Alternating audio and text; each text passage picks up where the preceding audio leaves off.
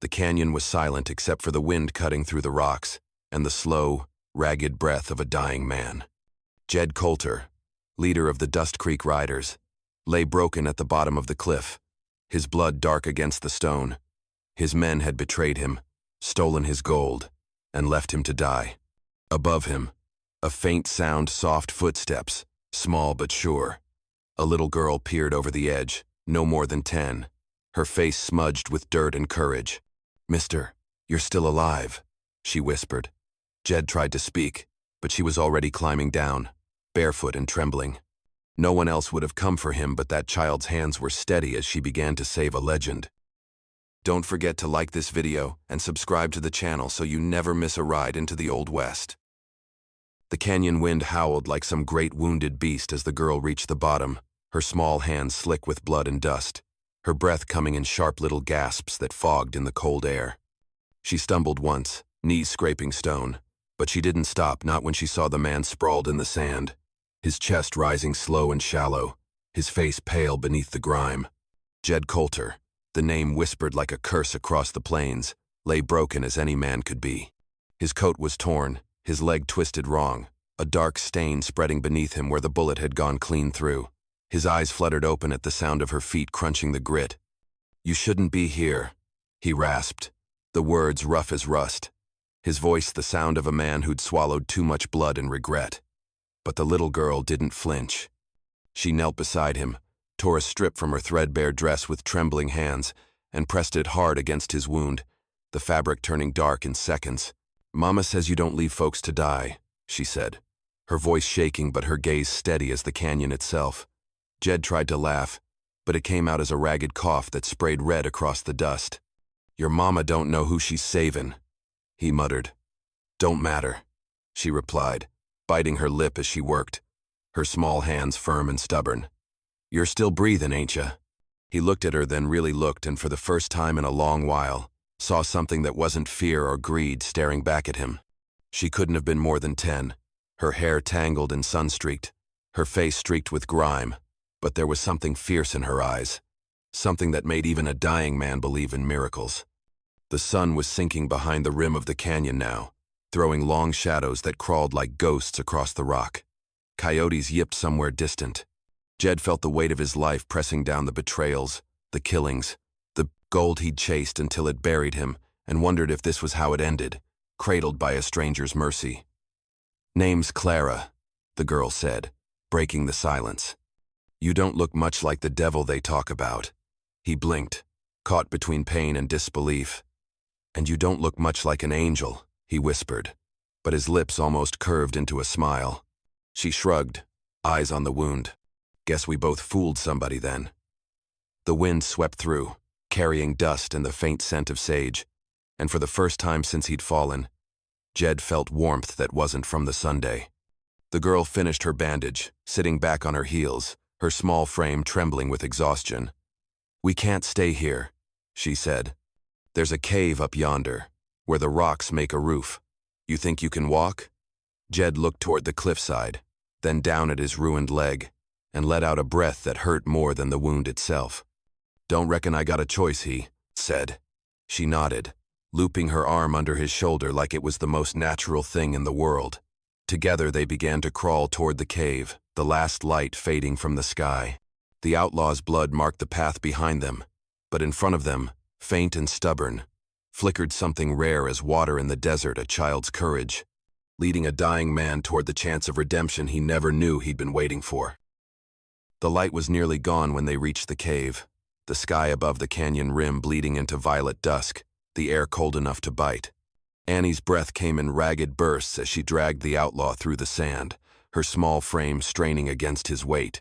Jed Coulter was half-conscious, his boots leaving deep grooves behind them, the trail marked with blood and grit. Every few steps he groaned, but she didn't stop, not until the shadows deepened and the cave's dark mouth opened before them like a promise of shelter.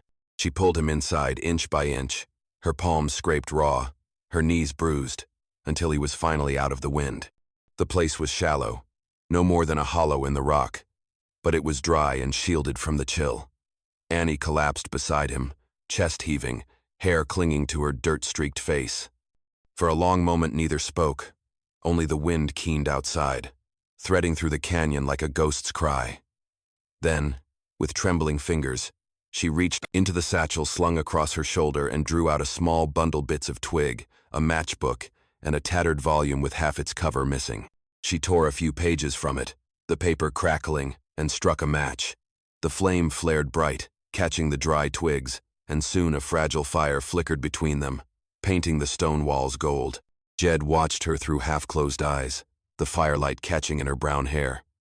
"You got a name, girl?" he rasped, his voice low and hollow. She hesitated, staring into the flame like she might find courage there. "Annie," she said at last, too quick, too steady. "I live up the ridge." He almost smiled, though the effort sent pain crawling through his chest. "You're a bad liar," he muttered. She looked at him sharply, but he'd already let his head fall back, eyes heavy with exhaustion. "You can tell me the truth later," he mumbled. Annie said nothing, just poked at the fire with a stick, her small shoulders trembling as the cold wind howled outside. Coyotes cried out in the distance, long, low wails that echoed through the stone, raising the hairs on her neck. She moved closer to the outlaw, clutching her knees.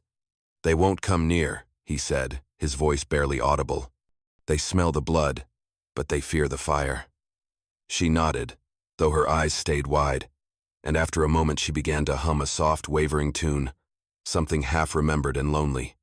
The sound filled the cave like a fragile prayer, smoothing the sharp edges of the dark. Jed listened, his eyelids fluttering, the melody stirring something in him he'd forgotten the faint ache of being cared for. "That song," he murmured, his words slurring. "My ma used to hum that." Annie's voice caught, but she didn't stop. The fire popped, throwing sparks that danced across the stone. Outside, the wind screamed, but inside the little hollow, two strangers, an outlaw and a child, kept the dark at bay with nothing but flame and the stubborn will to live through the night. When at last Jed's breathing steadied and his head fell against the cave wall, Annie stared into the dying fire, her own eyes wet with unshed tears. "Ain't nobody alone tonight," she whispered, voice lost beneath the canyon wind. And though the night pressed hard and cold around them, the small fire in that cave burned on bright enough to keep both their ghosts away. The night crawled slow, broken only by the crackle of the dying fire, and Jed Coulter's ragged breaths echoing through the cave like wind through hollow bone. Fever came with the dark, dragging him under into the blood-soaked mire of memory.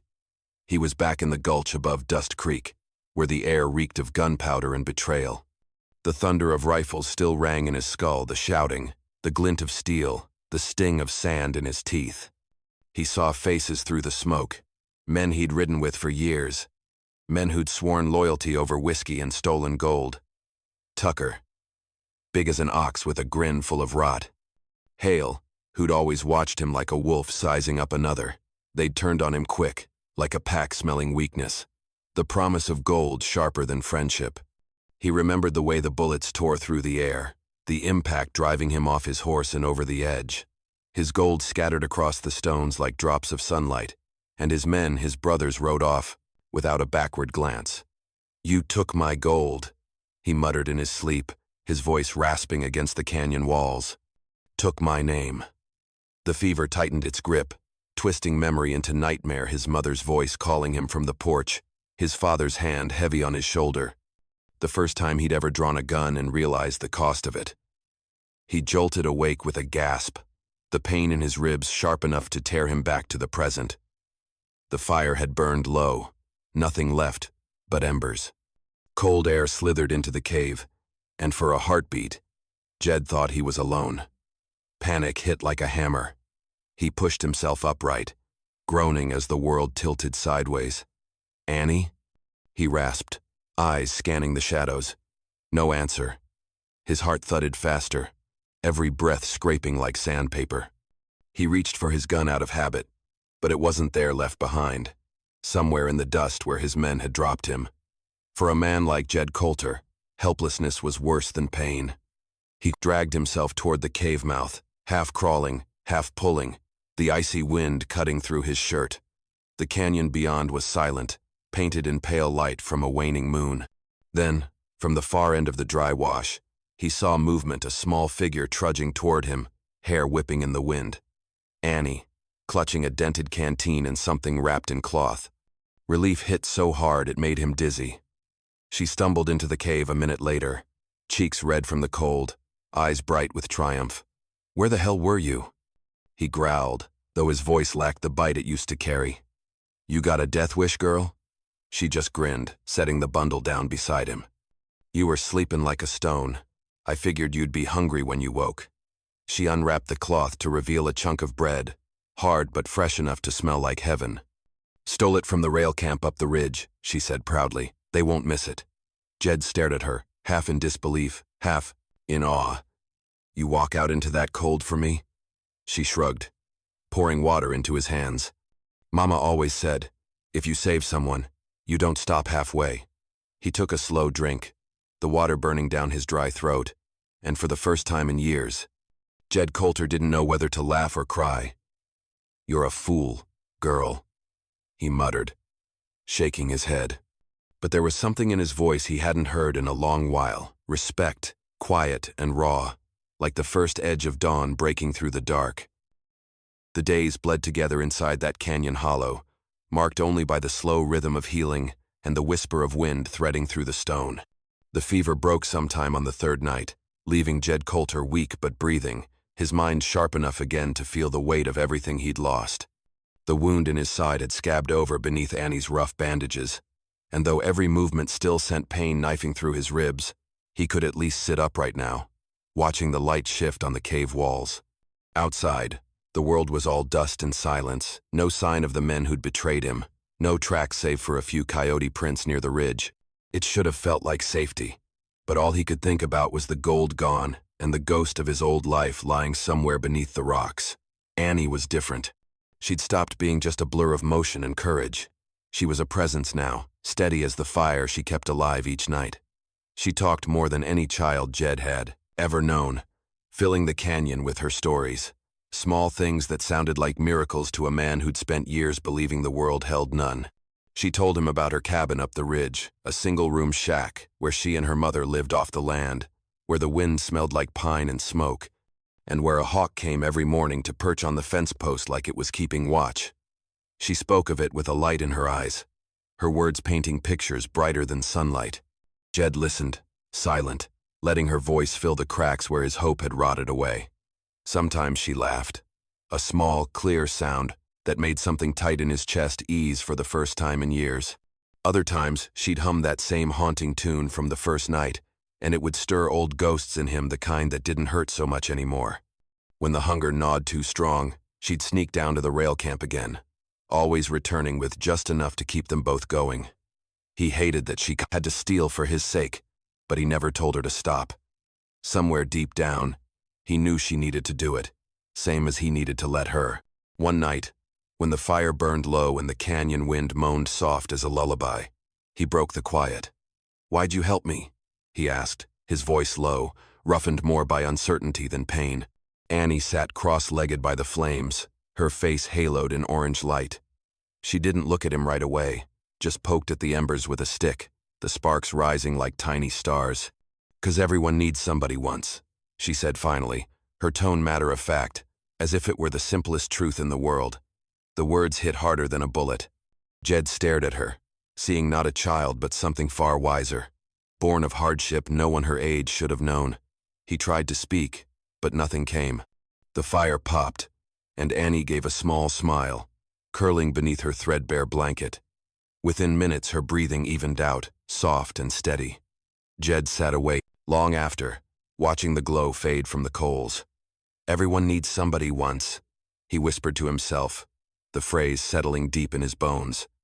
For the first time in as long as he could remember, he wanted to live not for revenge, not for gold, but because a little girl had shown him what it was to be worth saving.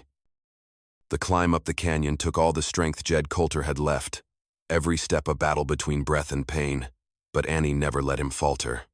She led the way with her small hand gripping his sleeve, guiding him along the narrow trail carved through the red stone, her bare feet finding sure footing where his boots slipped. The wind swept through the ravine, carrying the smell of sage and rain, and the sun hung low, bleeding gold into the sky. Jed had walked that kind of trail 100 times in his life on the run, chasing vengeance, or guarding gold, but never had it. Felt so much like coming home to something he couldn't name. When they reached the ridge, the canyon opened wide into a small hollow cradled by pines. There, half hidden beneath their sweeping boughs, stood the cabin, if you could call it that. The walls were rough-hewn timbers, weathered gray by sun and time, patched in places with stretched canvas and bark. Smoke rose faintly from a stone chimney, though the fire inside had long gone cold. Annie paused before the door, her shoulders stiff, then pushed it open with a creak that broke the stillness. The air inside smelled of dust and lavender, the kind of scent that clings to old quilts and memories.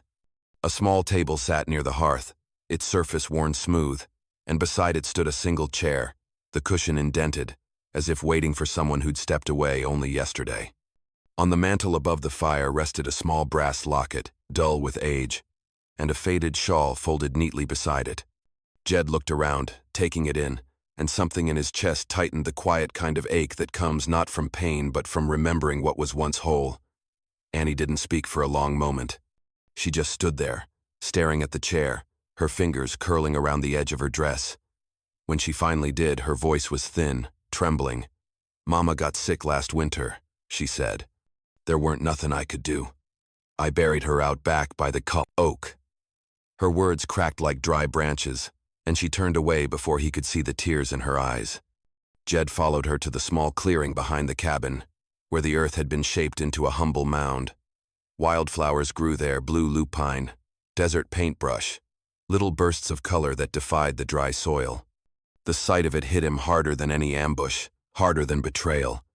He'd buried plenty in his life, friends, enemies, pieces of himself, but this was different.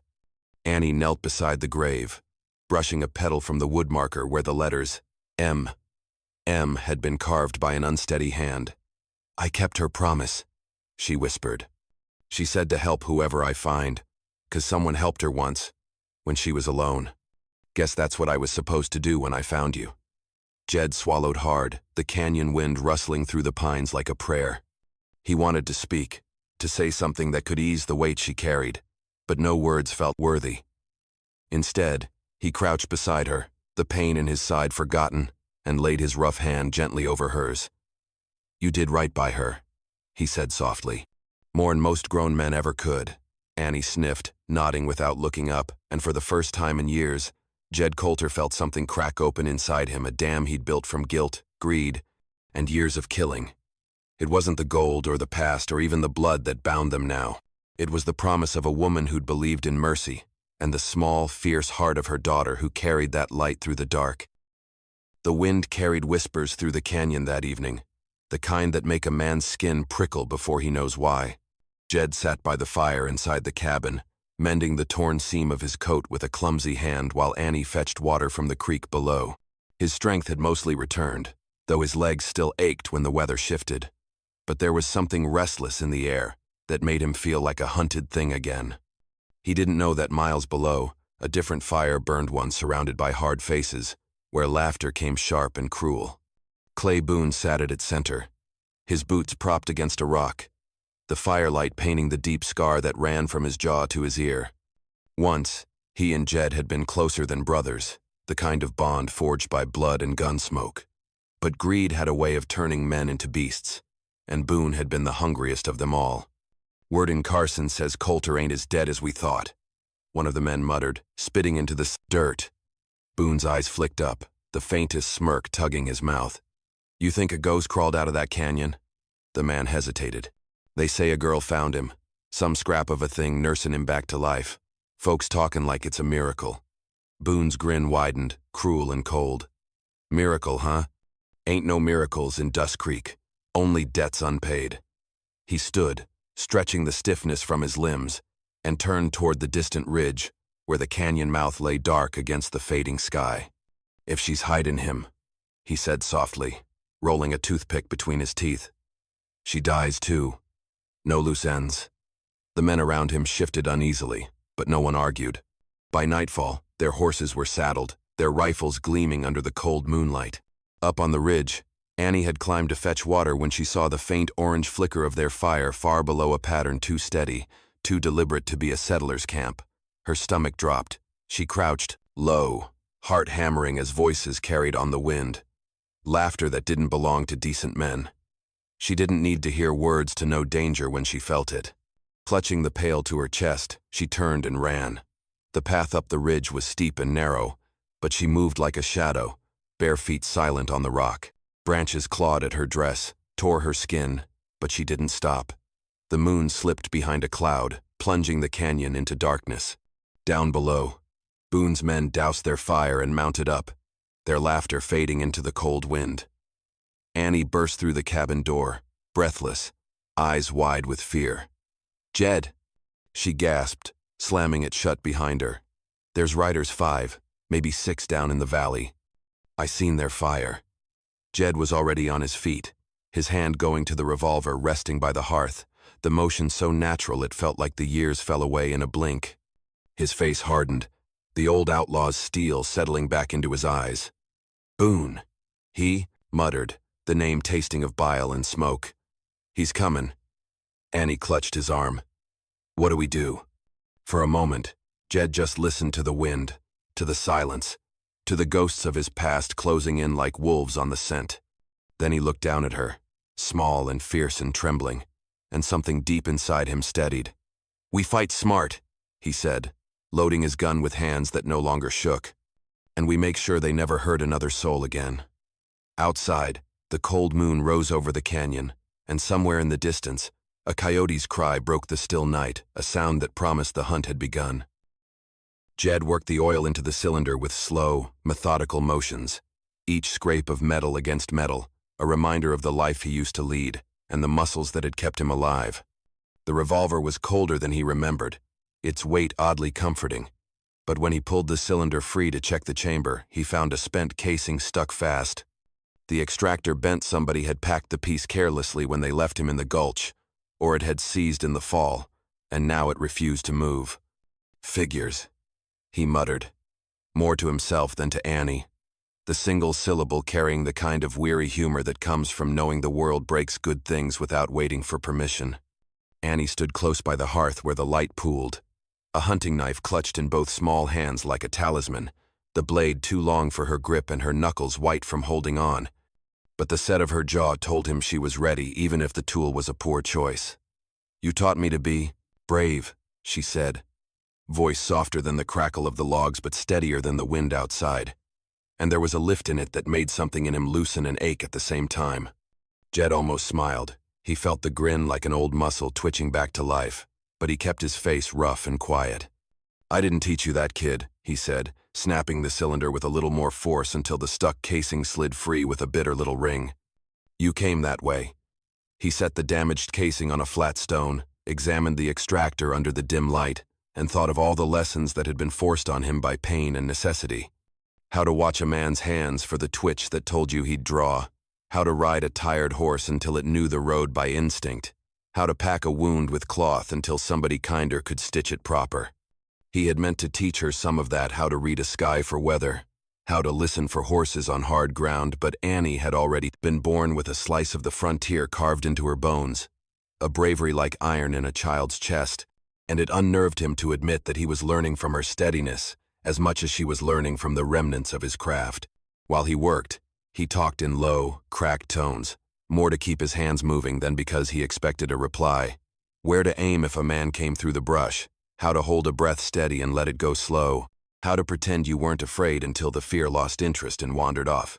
Annie watched with hunted, eager eyes, sliding the knife back into its sheath when he demonstrated how to seat a round properly and how to check the hammer for play.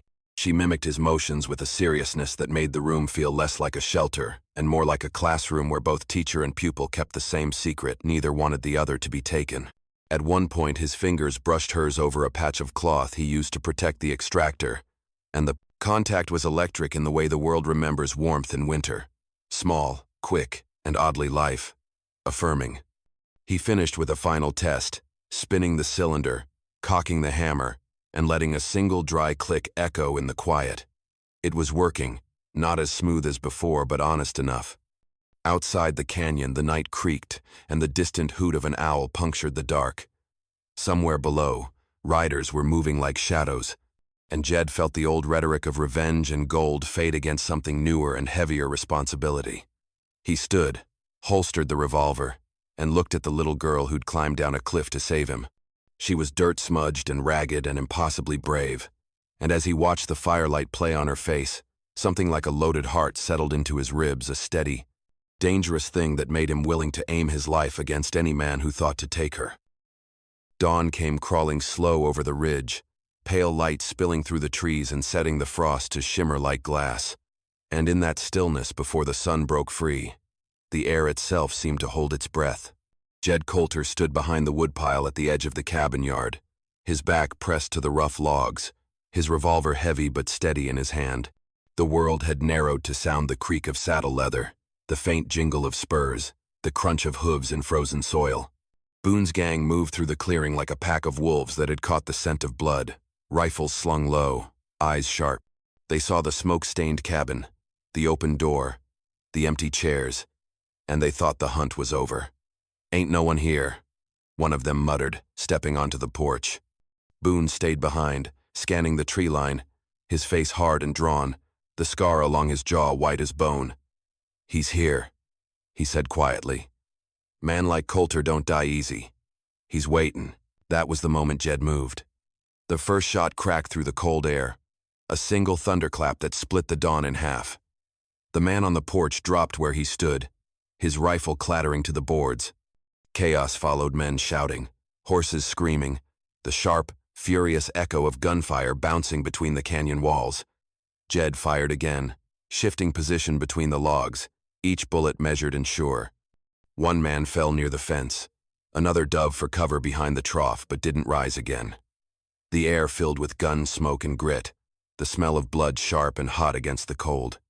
Boone's men fired blind toward the cabin, splinters flying. But Jed kept low, his body moving by instinct older than thought. When his revolver clicked empty, he reloaded fast, his hands steady despite the pain burning through his side. He heard Annie's breath somewhere behind the barn where he'd hidden her, small and shallow, but she stayed silent like he'd told her. Boone cursed loud, his voice cutting through the chaos. "You think you can kill me again, Coulter?" Jed stepped from behind the woodpile, smoke curling from his gun, his shadow long in the newborn light. "No," he said, his tone flat, final. "Just making sure it sticks this time." Boone drew, fast and mean, but Jed had already fired. The shot hit center, a dull, echoing thud, and Boone staggered back, eyes wide, one hand clutching his chest where the red spread quick. For a heartbeat, neither man spoke. The wind sighed through the pines, carrying the last curls of smoke into the sky. Then Boone laughed a broken, wheezing sound. "Should have stayed dead, Coulter," he rasped, dropping to one knee. Jed took a step closer, his face carved in stone, eyes colder than the frost underfoot. "Should have stayed loyal," he said, the words cutting sharper than any bullet. Boone's gun slipped from his hand, landing in the dirt with a dull thud, and he fell beside it, the breath leaving him like a candle snuffed out. The silence that followed was heavy, absolute. Jed stood there for a long moment, the light of dawn spilling over him, painting the snow in gold and blood. When it was done, he holstered his revolver and looked toward the barn. Annie stepped out slowly, her face pale, her knife forgotten at her side. For a long time neither spoke. Then Jed nodded once, his shoulders sagging under the weight of both mercy and survival. "It's over," he said quietly. But deep down, he knew better, because when a man like Jed Coulter walks out of death twice, something in him never leaves the fight behind. The morning sun crept higher, melting the last of the frost into thin silver threads that ran down the rocks and disappeared into the dirt, washing away the blood and gunpowder that clung to the cabin yard. The silence after the fight felt almost holy, the kind of quiet that follows confession, where nothing moves except the smoke drifting lazy from the barrel of a gun. Jed Coulter stood among the fallen with the weight of years pressing down on his shoulders, his revolver hanging limp at his side. Boone lay sprawled in the dust, his scarred face turned toward the sky, eyes open but seeing nothing. Around him, the rest of the gang lay scattered men who had once called Jed brother. Now nothing but ghosts made solid for one last morning. Annie lingered at the cabin door, barefoot in the cold, her hair catching the light like gold thread, her small hands trembling as she clutched the shawl tight around her. Jed holstered his gun and knelt beside Boone's horse, rummaging through the saddlebags until the dull gleam of metal caught his eye. His gold spilled into the sunlight, heavy coins clinking together like the cruelest kind of laughter. He stared at it for a long moment, the memories flooding back. The heist at the river crossing, the gunfire, the oaths made and broken, the blood it had cost. Every coin felt colder than ice in his palm. Annie approached slowly, eyes wide, as he scooped a handful and tossed it into the fire pit where the ashes of last night's fire still glowed faintly. The coins hissed and spat as they sank into the embers, warping, blackening, disappearing. "Ain't worth what it cost," he said quietly, his voice roughened by more than smoke. "Gold's just another kind of shackle. Took me years to see it."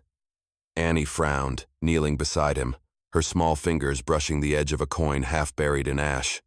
"But it could buy us food," she said softly. "Clothes. We could fix the roof." He looked at her, the firelight reflecting in his eyes, and for a moment he saw himself years ago, hungry, desperate, thinking gold could fill the hollow a man carries inside. "You can't buy peace, kid," he said. "And that's the only thing I ever wanted." He gathered what remained and pressed the pouch into her hands, closing her fingers around it. "For your mama's grave. For you. She'd want you to have it." Annie shook her head hard, her chin lifting with a defiance that reminded him of the day she'd climbed down that canyon wall to save a dying stranger. "No," she said. "You keep it. You're my family now." The words hit him harder than any bullet ever had. For a heartbeat he couldn't speak. He just looked at her, this little scrap of courage wrapped in rags, standing there like she'd been carved from the same stubborn earth that had once made him believe in nothing. Slowly, he reached out and rested a calloused hand on her shoulder. "Family," he murmured, the words strange and gentle on his tongue. "Ain't had one of those in a long time." Annie smiled faintly through her tears, and for the first time since he'd fallen off that cliff, Jed felt something like warmth that wasn't from the fire. Behind them, the smoke curled into the brightening sky, carrying the scent of burnt gold and absolution. Whatever came next, whether the world forgave him or not, Jed Coulter knew one thing for certain. The debt he owed wasn't to the men he'd buried, or the gold he'd lost, but to the little girl who'd climbed down into hell and taught a dying outlaw how to live again. Weeks turned into a season, and the snows that once sealed the canyon melted into thin silver streams that carved their way through Dust Creek, carrying whispers of a story that spread faster than spring wind. Folks at the rail camp told it first, over tin mugs and crackling fires, that someone had seen a man up on the ridge, lean and rough-edged, working the soil beside a small girl with hair like wild honey and eyes that could stare down a hawk. They said the man had a scar down his cheek and a gait that spoke of old wounds, the kind you don't walk away from unless fate itself changes its mind. Some swore he was Jed Coulter, leader of the Dust Creek Riders, risen from his own grave. Others claimed it was a ghost wearing his face, bound to wander until he paid for his sins. But for those who rode close enough to see for themselves, who crested that ridge at sunset and caught sight of the cabin nestled against the pines, the truth was something far simpler and far greater. There, he was, the man once feared across 5 territories, standing in the yard with his hands steady on the reins of a small paint pony, guiding the little girl as she laughed bright and fearless into the dying light. Her laughter carried down the cliffs like music, filling the empty canyon that had once been nothing but echoes of gunfire and regret. The man, Jed, though he didn't use that name much anymore, smiled in that quiet, half-sad way of a man learning how to live again. He no longer wore his guns unless the world gave him reason.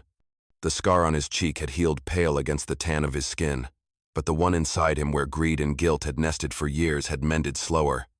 Stitched by the small hands of a child who refused to see a monster where the world swore one existed. Annie called him Pa now, the word soft but certain, and though it caught him off guard the first time she'd said it, he hadn't corrected her. The cabin, once hollow with ghosts, now rang with laughter, with the smell of stew and wood smoke and the sound of her humming as she swept the floor. He'd built a new corral, patched the roof, even planted a row of corn, though he half expected the earth to reject him as the world once had. But somehow it grew. Everything did. And in town, when people spoke of the ridge, their voices carried less fear and more wonder. Some said redemption had no place in Dust Creek, that once a man crossed certain lines, he couldn't come back. Yet when the evening light hit the canyon just right and turned the rocks to fire, travelers swore they could see two figures riding along the ridge, a man with a steady hand and a girl who laughed louder than the wind, and they knew the legend of Jed Coulter wasn't about the gold he stole or the men he'd outgunned. It was about the life he'd found when death had already claimed him, about a girl who'd climbed into the canyon to save a stranger and ended up saving something far greater. The part of him still capable of love. And so Dust Creek, a place long forgotten by mercy, found itself reborn in the shadow of that ridge, where an outlaw's grave had turned into a home and the ghosts of the past finally laid their guns to rest.